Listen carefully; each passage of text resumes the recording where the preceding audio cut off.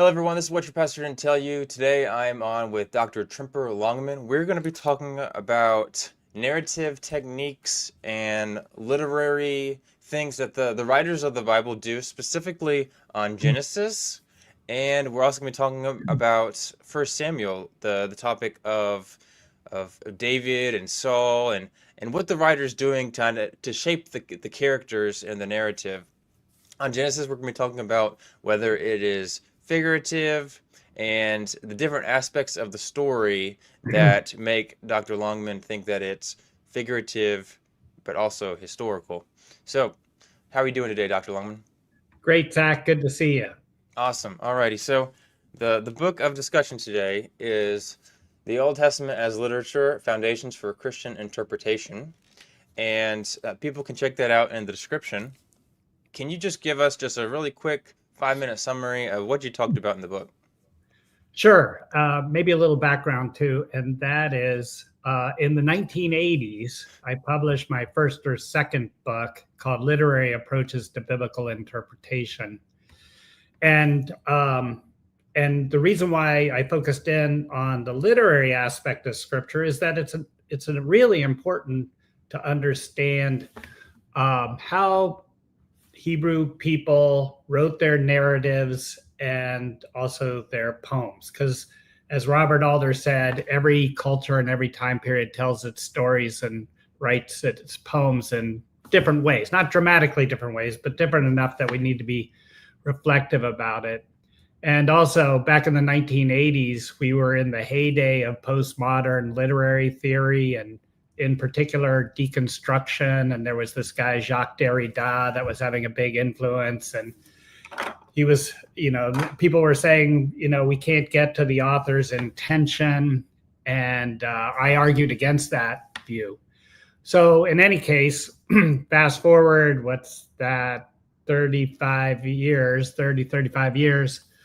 one of my publishers, Baker, said, "You're getting old, you're going to die soon." No, they didn't put it that way. They they said, "You're at the twilight of your career. We'd like you to write 3 books that kind of summarize your thinking at the end, toward the twilight of your career. The Old Testament is literature, the Old Testament is history, and the Old Testament is theology."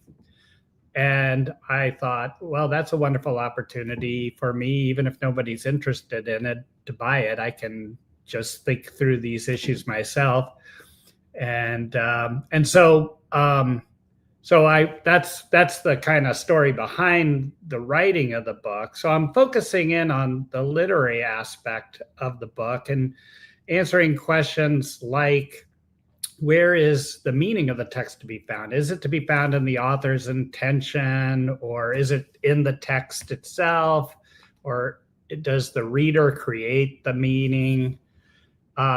And that's actually pretty important to the whole task of interpretation, but also exploring deeply that what I talked about earlier, looking at how do ancient Israelites write their narratives, the prose story parts, and how do they write their poems? And that is that's largely why I wrote the book and the kind of topics I cover.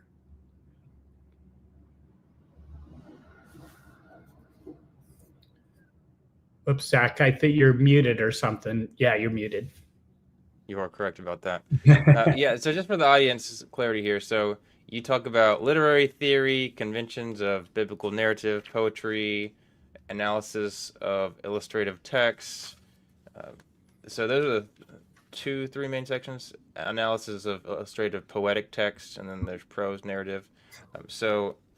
There's also intertextuality, which is always a really fun topic, genre.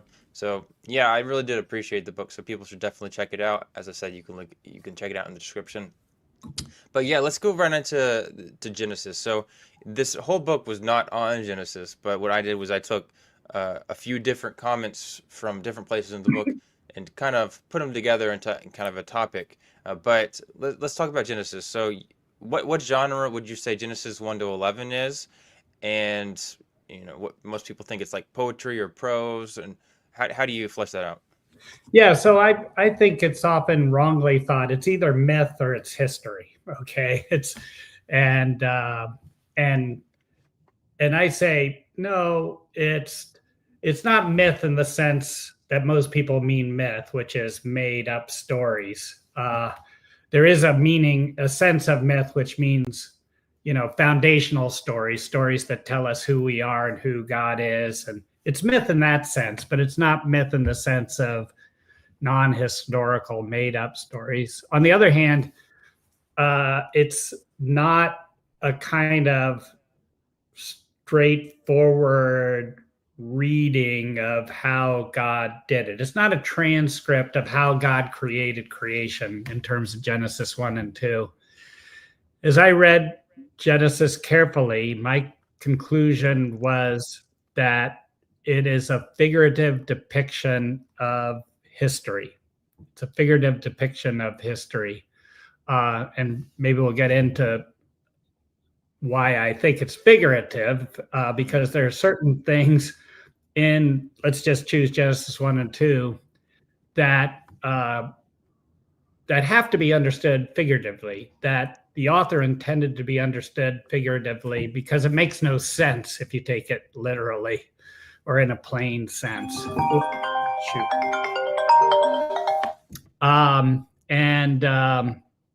It makes no sense if you take it in a plain sense. So, I'll give you one quick example while we're at it.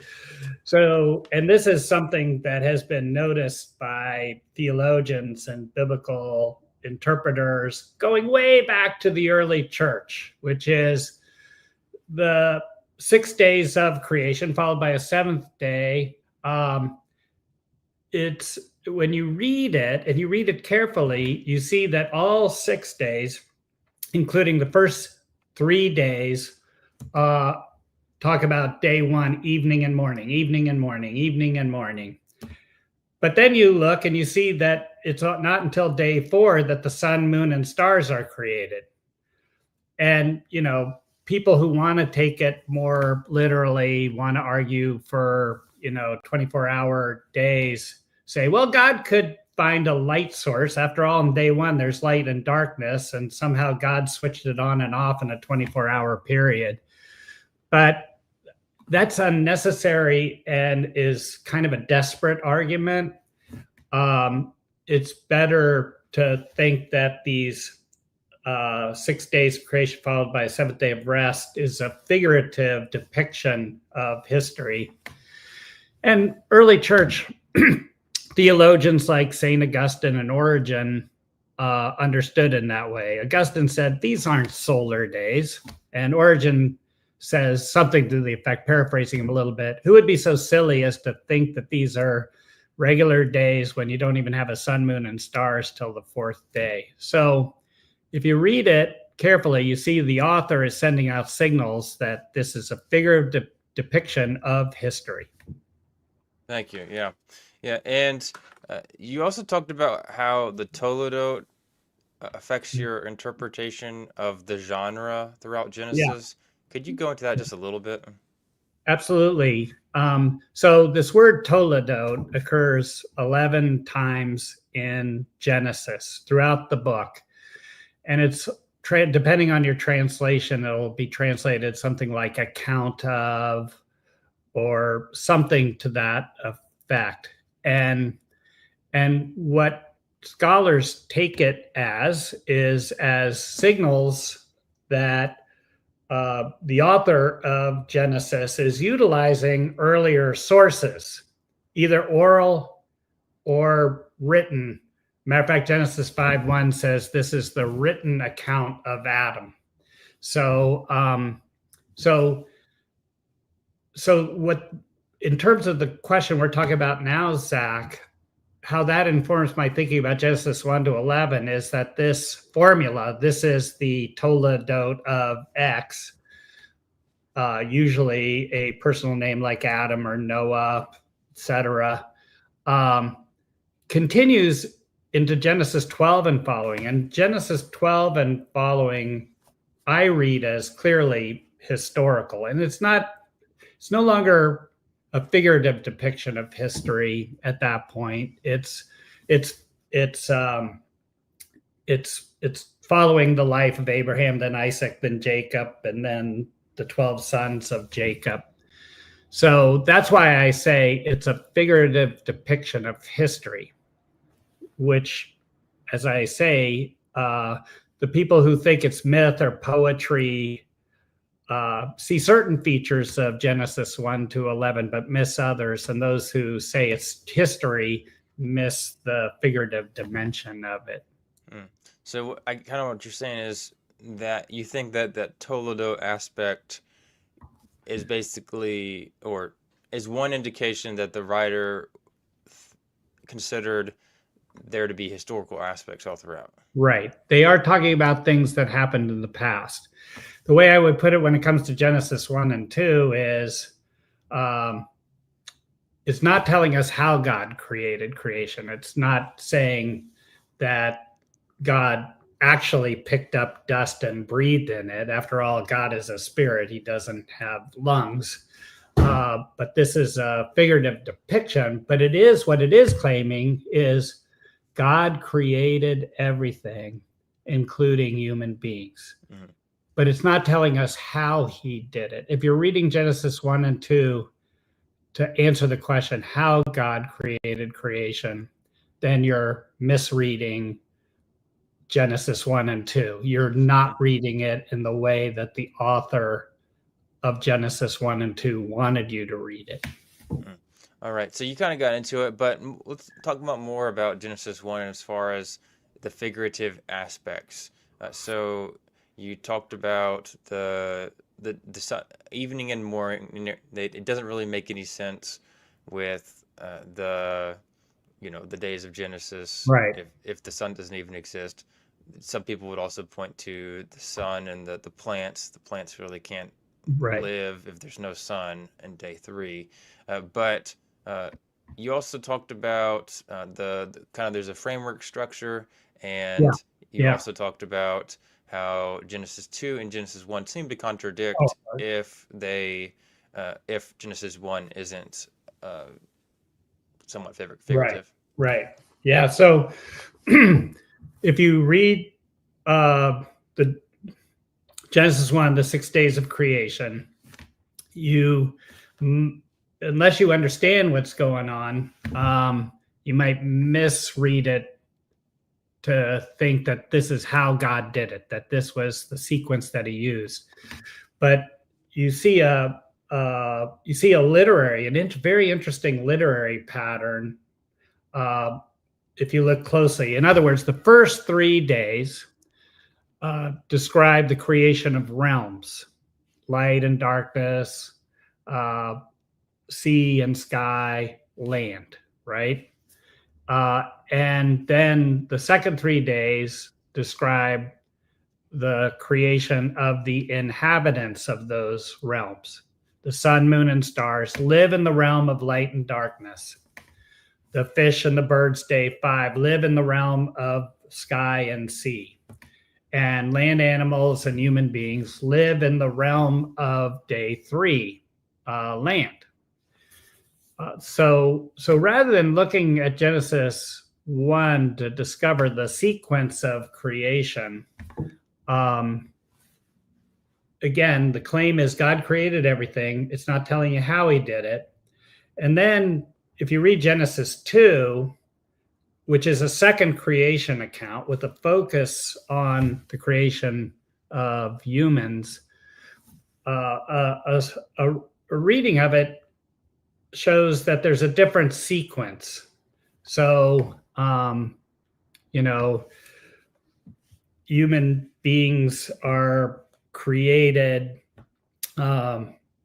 before the garden, and so you have a different sequence of creation. And critical scholars, liberal historical critical scholars, will look at that and they'll say, well, they contradict, and therefore they actually come from 2 different sources that were brought together very awkwardly. And if some of your listeners know the classic JEDP documentary hypothesis, they'll say, well, Genesis 1 was written by priests during the time of the exile, whereas Genesis 2 was written by a J source, a Yahweh source, in the 10th century BC. And they're brought together, and we can see that they kind of contradict each other. I say, no, they're not contradicting each other, because they are not intending to tell you what the sequence of creation is. Yeah. Yeah, it's always been interesting to me because the people that, say that they contradict really want to read it literally, or think that they should read it just completely literally. And I think there's some clear indications that it's not completely literal. Now, you can make arguments about it, but it's certainly not clear. And just for people's interest, I've got some fun charts that talk about the parallel days and literary structures. They're not necessarily in Tremper's book. He's got a nice little chart, though, but people could read it if they want to know more about it. All right, so next thing there is Genesis 2 and specifically Genesis 2:7. So you mentioned God is... Could you talk more just briefly about the Adam being created, but it's a spirit, like God's not a spirit, but he seems to be something going on. What's going on there? Yeah, so there's a couple interesting dimensions to Genesis 2, verse 7. And the first is what you said, that the picture is of God picking up dust and breathing on it, and creating the first human being. And I read that and I say, well, the ancient Israelites knew that God was a spiritual being, was not an embodied being, that God didn't have lungs. And so this has to be a figurative depiction. And then when you read it in the light of broader ancient Near Eastern literature, what's going on here becomes clear. Let me begin, though, by saying to your listeners that that the Bible, the Old Testament, was written to an ancient Near Eastern audience, not to a modern audience. As my friend John Walton points out, we always have to keep in the back of our mind that the Bible was not written to you and me. It was written to an ancient contemporary audience using genres, metaphors, referring to customs. Hi, John. People think John and I look something alike too, but I can see it.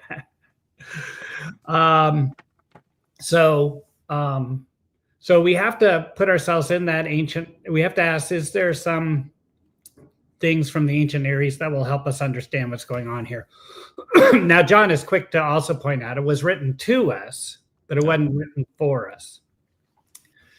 And we have two important Babylonian creation texts. One's called Enuma Elish, and I won't go into the whole story, but when it comes to the point where Marduk, the Babylonian god, creates the first human being, what he does is he takes some of the clay of the earth, and then they kill a demon god, and they mix the clay of the earth with the blood of the demon god. And in another ancient Near Eastern myth called Atrahasis, all the gods spit in it and create the first human being.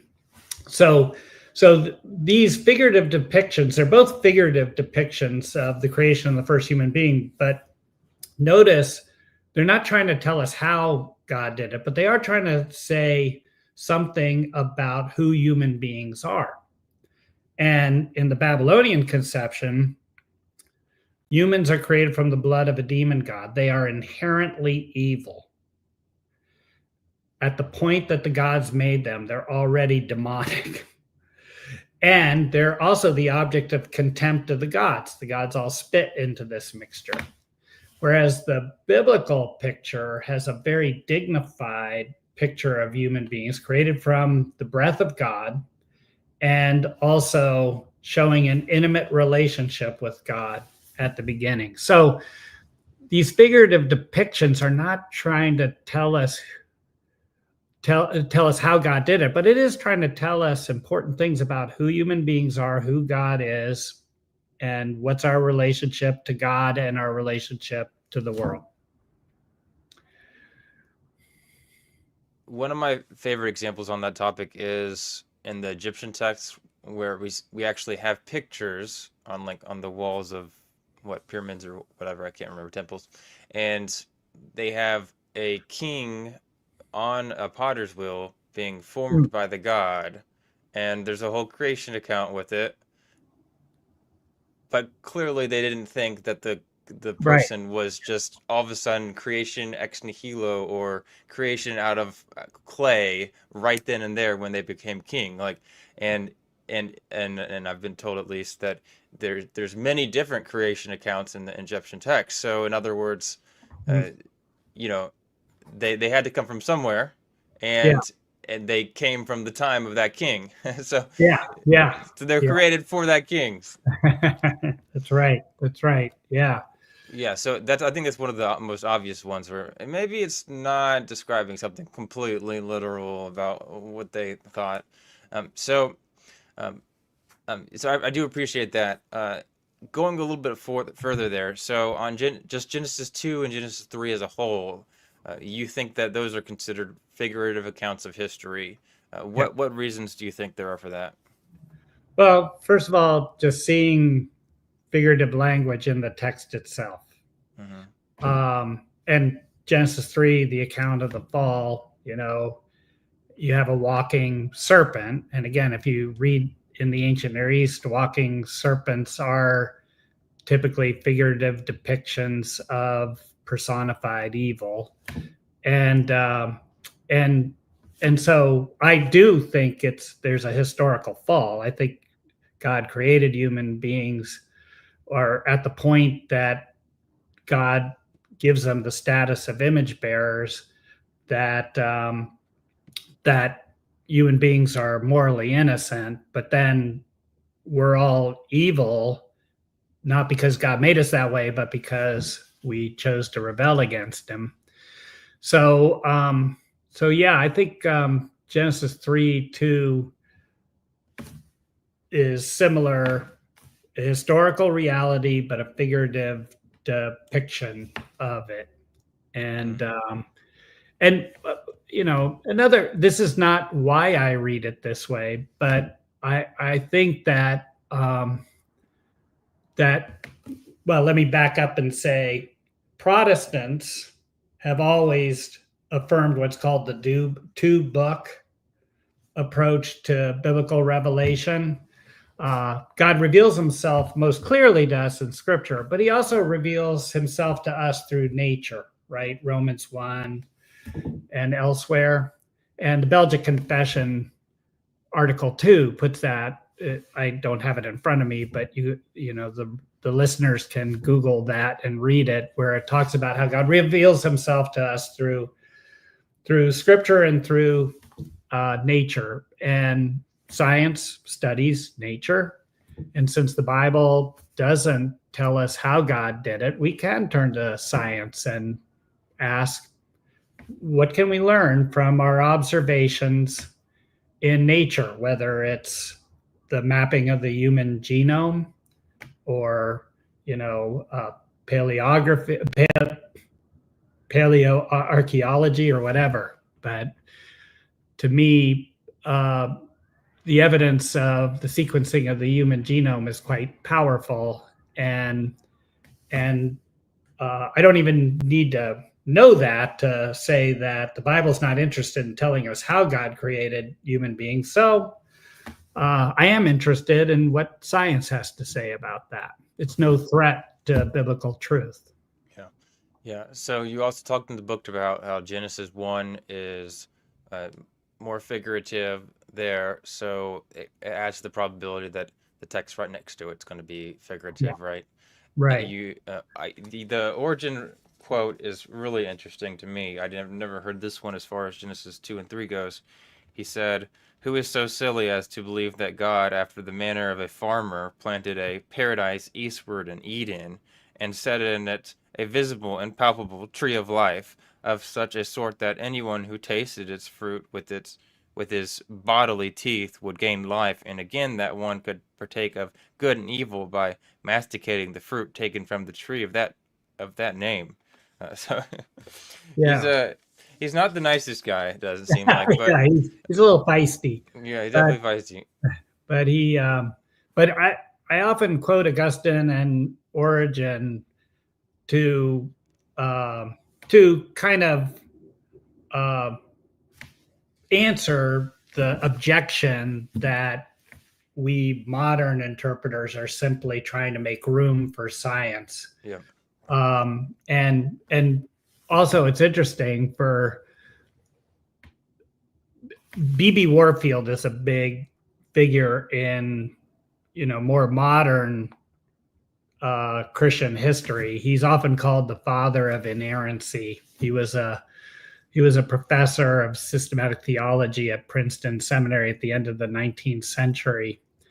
And it's interesting that people like B.B. Warfield weren't at all threatened by the theory of evolution, which was relatively new at that time, because he said, as long as we understand evolution as part of God's providential working, he's basically saying, even though we might be able to explain how human beings came to be by referring to secondary causes, he said that's God just working through those secondary causes by means of his providence. Yeah. And okay, so going forward there, you did a whole book about this. We did a whole video on this actually, but could you point out some just things that are just glaringly obvious about the flood text that you think are figurative? Yeah. Well, if you read through the flood text, you read through it without prejudice, I think you'll notice an awful lot of hyperbole. Every thought and every inclination of human beings were evil. All the wells of the earth and all the water came down. The waters rose to the level of 15 cubits above the highest mountain. And even if you just take Mount Ararat as the highest mountain, which I think is something like 19,000 feet high, that's a huge amount of water. And then you look at the dimensions of the boat, there's never been a wooden boat built, even in modern times, close to those dimensions. And except at the Ark Encounter. Yeah, I know. Well, actually, if you're interested, you can go on the BioLogos Foundation website, and I posted 4 or 5 posts there during the week that they opened the Ark Encounter in Kentucky. And because unfortunately Ken Ham goes, yeah, this proves it could be done. I'm going, you use modern equipment, A. And if you actually put that baby in the water, let's see if it would float, especially if it's churning around. Yeah, right. Yeah, so I got to get to Kentucky sometime, though. I do want to see it. Hopefully they don't have face recognition, because I've seen pictures of Ken Ham pointing at a picture of me and yelling a lot. Oh, that's pretty funny. I did not know that. Yeah, the obvious one there, if of others, is every thought and deed or whatever was evil all the time. When obviously God didn't think that about Noah, so clearly that is figurative. And, there is a lot of hyperbole that's used in Scripture that's really important to recognize. In my book, The Old Testament is History, I'm working on the conquest now. And if you read Joshua 11 to 12 after the battles, there's a list of Joshua's Joshua's victories. And basically, if you just read that, you'd think he controlled the whole land. But then you turn to Joshua 13 and following, and there's a lot of land that they recognize that they still don't control, that there's still a lot of Canaanites in the land. So again, historical critical scholars who actually read the text overly literally, just like more conservative people do, they'll say, well, Joshua 1 through 12 contradicts Judges 1. So the question is Joshua 1 through 12 true, or is Judges 1 true? And the answer is you got to recognize the use of hyperbole, which was typical in ancient Near Eastern battle reports, as my good friend Lawson Younger up at Trinity Seminary, now retired, wrote years ago.